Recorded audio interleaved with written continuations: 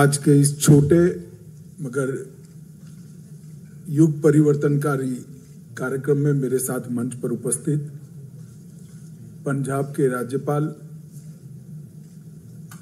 चंडीगढ़ केंद्र शासित प्रदेश के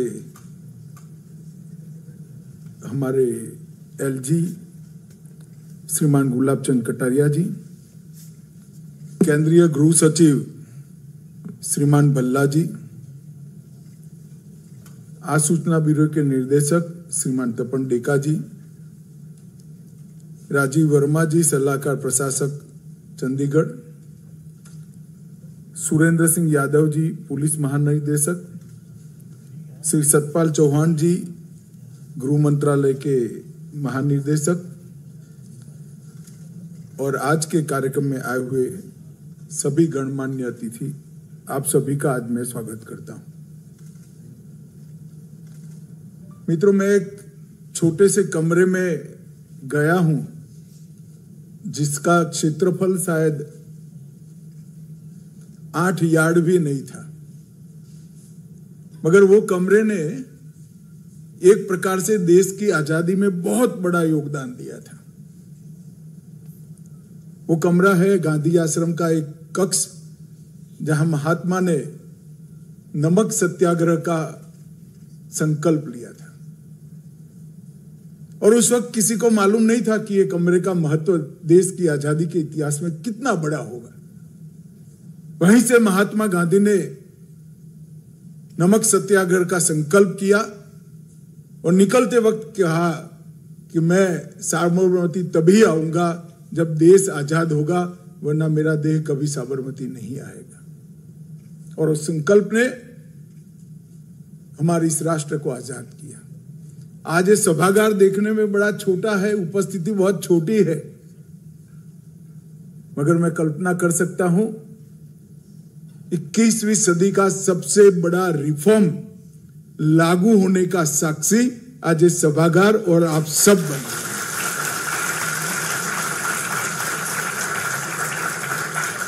और मैं पूरी प्रक्रिया को बड़े मनोयोग के साथ इससे जुड़ा हूं।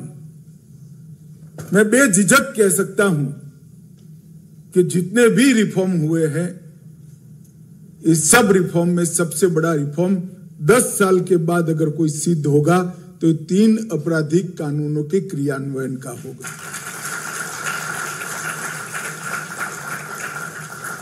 क्योंकि संविधान कोई पुस्तक नहीं है, संविधान एक स्पिरिट है। हर व्यक्ति की गरिमा उसका अधिकार है, हर व्यक्ति का सम्मान उसको मिलना चाहिए और हर व्यक्ति को न्याय मिले, वो संविधान का दायित्व है। संविधान ये स्पिरिट है और इस स्पिरिट को जमीन पर उतारने का जो माध्यम है, ये एक प्रकार से हमारी क्रिमिनल जस्टिस सिस्टम। आप मुझे बताइए 150 साल पहले बना हुआ कानून कैसे रिलेवेंट रह सकता है? 1860 की दुनिया, 1860 का भारत और आज का भारत, उस वक्त के शासक की उद्देश्य और आज हमारे संविधान के उद्देश्य, कितना बड़ा अंतर। और क्रियान्वयन की मशीनरी वो की वो, सालों तक न्याय नहीं मिलती, तारीख पर तारीख। कई जगह पे देश में न्याय की जगह अन्य रास्ते अपनाने का सबने शुरू कर दिया। मैं तो राज्य में गृह मंत्री भी रहा हूं, मुझे मालूम है लोगों का विश्वास ही धीरे धीरे सिस्टम पर से उठता जा रहा था। और इसीलिए पूरी प्रक्रिया में हमने एफआईआर जो बढ़ेगी इसकी गिनती की है। उसमें सिर्फ आबादी की बढ़ोतरी की गिनती नहीं करी है, इसके साथ एफआईआर रजिस्टर कराने का भी बढ़ोतरी होगा, इसका भी गिनती किया है। क्योंकि मैं मानता हूं ढेर सारी एफआईआर रजिस्टर ही नहीं होती क्योंकि न्याय ही नहीं मिलता। और इसीलिए सीआरपीसी की जगह बीएनएस, आईपीसी की जगह बीएनएसएस और इंडियन एविडेंस एक्ट की जगह भारतीय साक्ष्य अधिनियम BSA को लागू करने का काम हुआ है। प्रधानमंत्री जी ने लाल किले की प्राचीर से कहा था, जो पंच प्रण लेने का मंत्र दिया था, उसमें एक प्रण था गुलामी की सभी निशानियों को समाप्त कर देना। कोई आजाद देश कैसे आजाद माना जाता है जब उसका क्रिमिनल जस्टिस सिस्टम ही, जब देश गुलाम हो तब की किसी और देश की संसद ने पारित किया है। मैं गर्व से कह सकता हूं BNS, BNSS और BSA तीनों हमारे लोगों के चुने हुए प्रतिनिधियों ने भारत की संसद में और भारत के लोगों के लिए बनाए हुए कानून है। इसमें भारत की मिट्टी की सुगंध है और हमारा न्याय का संस्कार है। इस कानूनों में दंड का कोई प्रावधान नहीं है। ये पूरे कानूनों का उद्देश्य लोगों को न्याय मिले, इसलिए दंड संहिता नहीं है, न्याय संहिता है। और हमारी न्याय की जो चिर पुरातन अवधारणा है, नारद से लेकर कौटिल्य तक सभी ने जो न्याय की व्याख्या की है, उसमें कहीं दंड का प्रावधान ही नहीं है, न्याय का प्रावधान है। दंड गुनाह को रोकने के लिए एक प्रतीकात्मक जगह पे रखे हैं।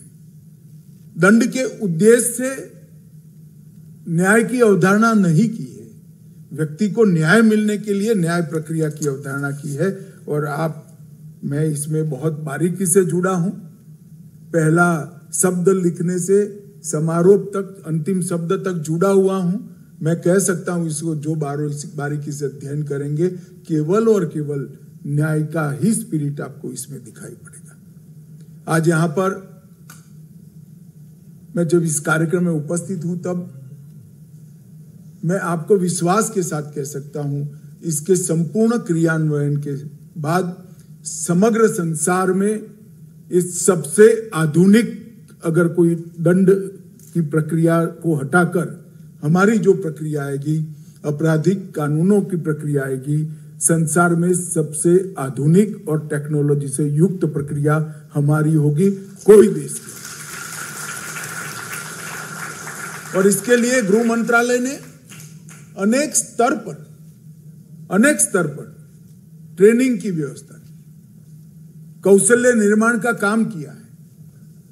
और ये कानून बनने से पहले ही हमने फोरेंसिक साइंस यूनिवर्सिटी को बनाने का फैसला किया।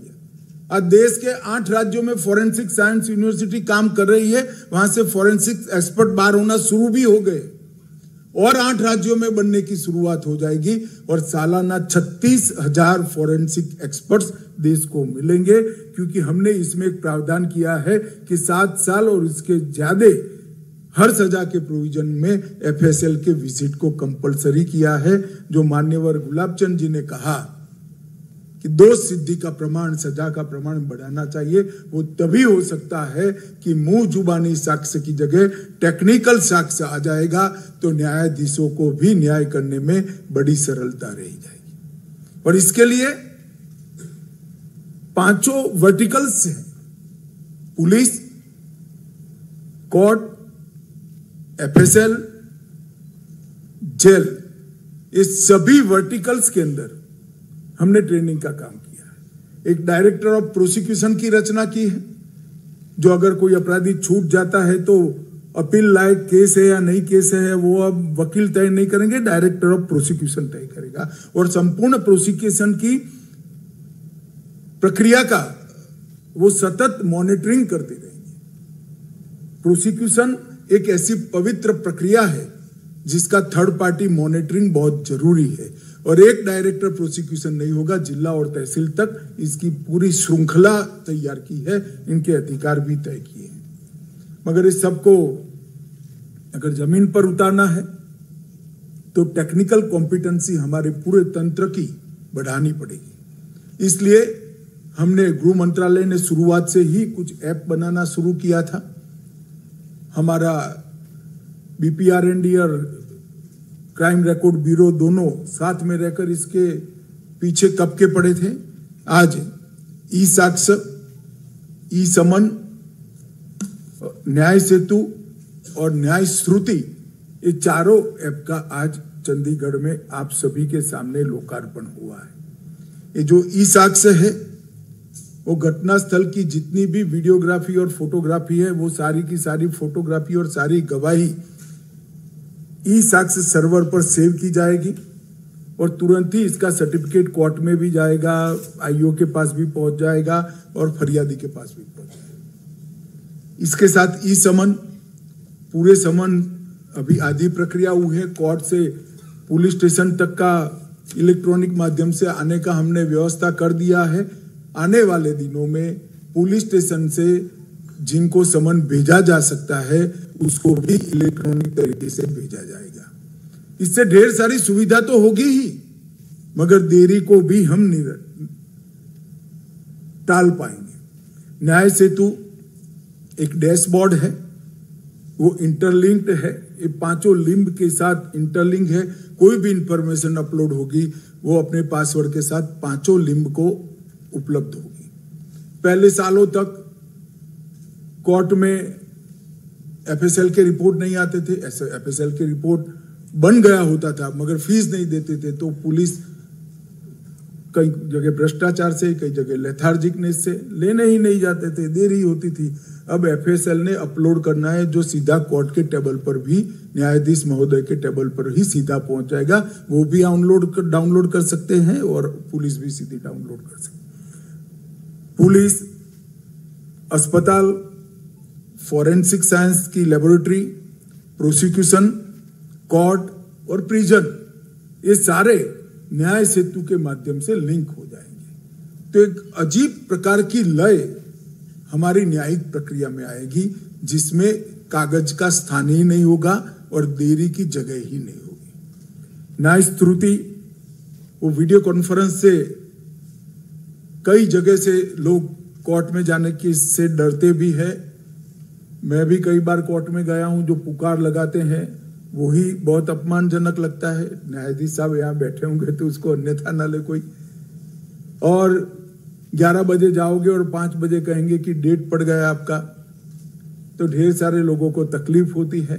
अब आपके निश्चित समय पर शहर में आने वाले दिनों में कई जगह पे ये साक्षी देने की जगह, न्यूट्रल जगह बनाई जाएगी।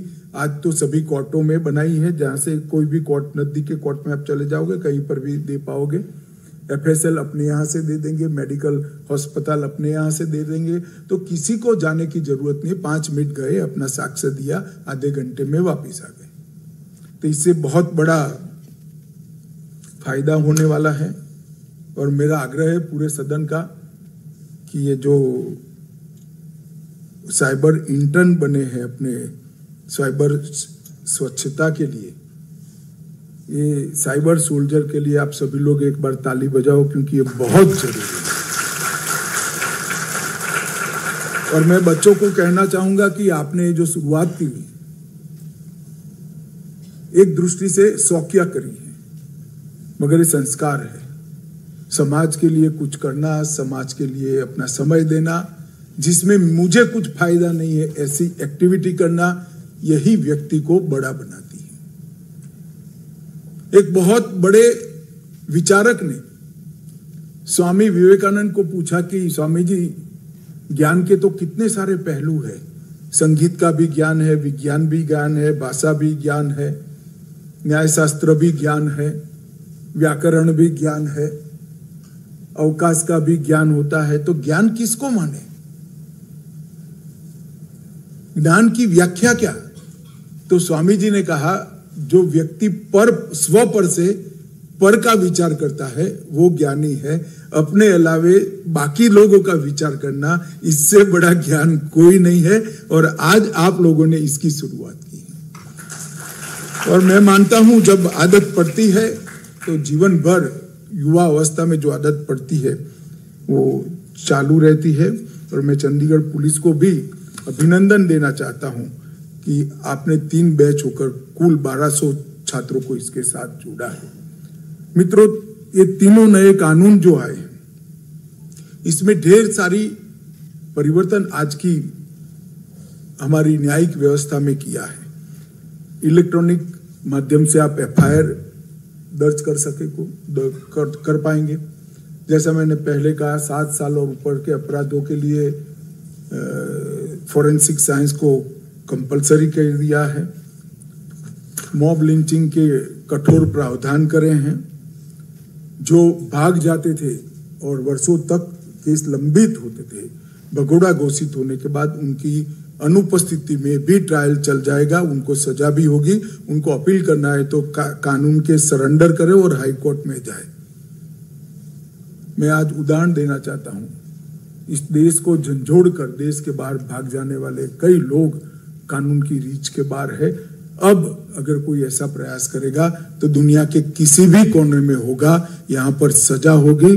और हमारे एग्रीमेंटों के कारण और रेड कॉर्नर नोटिसों के कारण वो जो सजा याफ्ता व्यक्ति को यहाँ लाने में हमें बड़ी सरलता मिलेगी। यहाँ अपराध कर भाग जाना अब सरल नहीं होगा, वो कानून की जद में आ जाएंगे। और भारत में शुरुआत पहली बार हुई। छोटे जो अपराध है, पहली बार अपराध है, उसमें जेल की जगह सामुदायिक सेवा की शुरुआत की है। विक्टिम सपोर्ट, विक्टिम प्रोटेक्शन के लिए विस्तार से इसके अंदर प्रोविजंस किए हैं। जो फरियाद करता है उसको 90 दिन में उसकी केस की प्रोग्रेस देना पुलिस की जिम्मेदारी है। जो कस्टडी में है उसके लिए हैबियस अब करनी नहीं पड़ेगी, उसको लटकाना है पुलिस स्टेशन के बाद एक रजिस्टर में कि मेरे पास ये व्यक्ति कस्टडी में है। तो जब कस्टडी में है ऐसा सर्टिफाइड करते हो तो पुलिस की रिस्पॉन्सिबिलिटी अनेक गुना बढ़ जाती है। इसके साथ साथ न्यायिक सुनवाई में सभी आयामों का जज साहब की परमिशन से वीडियो कॉन्फ्रेंस का प्रावधान किया है। नए कानून के स्मूथ इम्प्लीमेंटेशन के लिए ढेर सारे इनिशिएटिव हमने लिए हैं। CCTNS से लेकर SHO की ट्रेनिंग से लेकर FSL के इंटीग्रेशन के लेकर बहुत सारा काम किया गया है।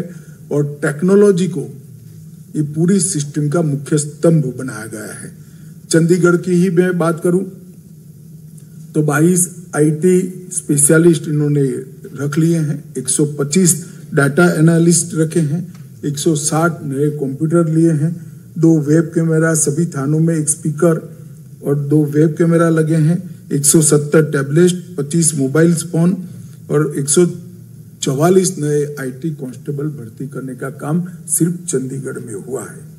और चंडीगढ़ के अंदर हमने 2023 से ही शुरुआत की थी।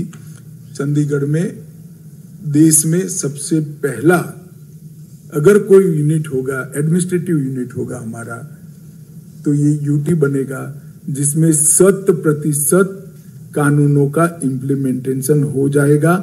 और ये जमीन पर हम 2 महीने के अंदर उतार देंगे। और माननीय प्रधानमंत्री जी ने हाँ बोली है। जब चंडीगढ़ के सारे थाने और सारे कोर्ट्स ये कानूनों के हिसाब से शुरू होंगे तो देश को पहला UT जो तीनों कानूनों का संपूर्ण इम्प्लीमेंटेशन करेगा, माननीय प्रधानमंत्री चंडीगढ़ आकर चंडीगढ़ वासियों को उसकी भेंट देंगे, वो भी तय हो चुका है।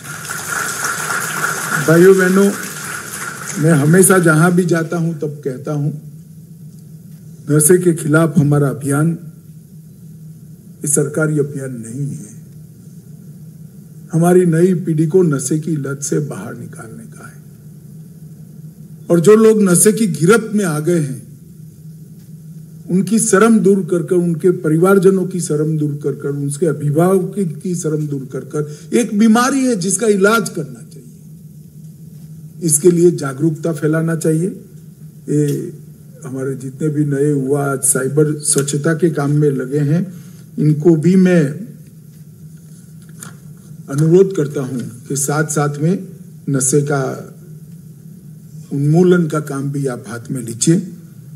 ये फिर से एक बार मैं रिपीट करना चाहूंगा, ये नए कानून और इसके द्वारा चलती क्रिमिनल जस्टिस सिस्टम 21वीं सदी का सबसे बड़ा रिफॉर्म है।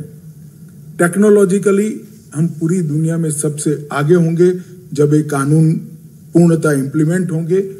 और इसकी डेफिनेशन इस तरह से बनाई गई है कि आने वाले 50 साल तक इजाद होने वाली सारी टेक्नोलॉजी को इसके अंदर समाहित कर दिया गया है।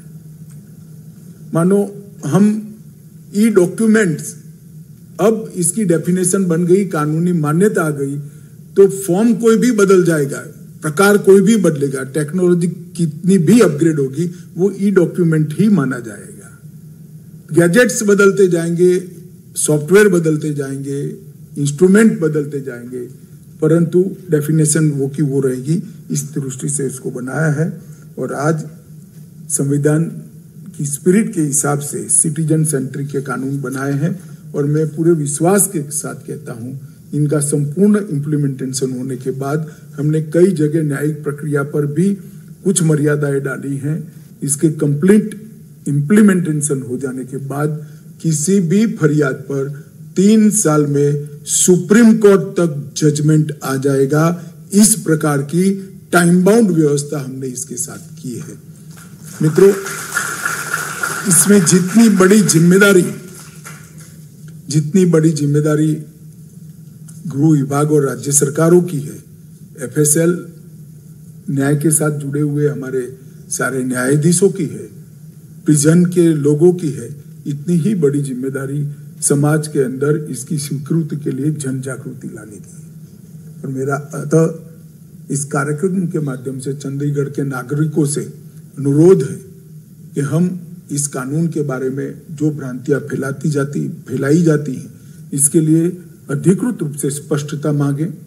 गृह मंत्रालय भारत सरकार से भी मांग सकते हैं, चंडीगढ़ प्रशासन से भी मांग सकते हैं, अफवाहों से दूर रहें और इस कानून के इम्प्लीमेंटेशन के लिए सक्रिय और रचनात्मक योगदान हम देते रहें, यही सबसे अभ्यर्थना है। और आज बहुत खूबसूरती के साथ 5 लिंब का एक छोटे से कमरों में निदर्शन रखा गया था। मैं चंडीगढ़ पुलिस और चंडीगढ़ प्रशासन को बहुत बहुत बधाई देता हूं कि लगभग इम्प्लीमेंटेशन का काम पूरा हो गया है और आने वाले दिनों में जो बाकी काम है उसको भी हम निश्चित पूरा कर देंगे। और चंडीगढ़ वासियों को कहना चाहूंगा कि वो दिन दूर नहीं है। देश में सबसे पहला क्रियान्वयन हमारी यूटी से, ब्यूटीफुल सिटी से प्रधानमंत्री जी पूरे देश को ये कानून लोकार्पण करेंगे, तो हम सब इसके लिए तैयार रहे। आप सभी का धन्यवाद।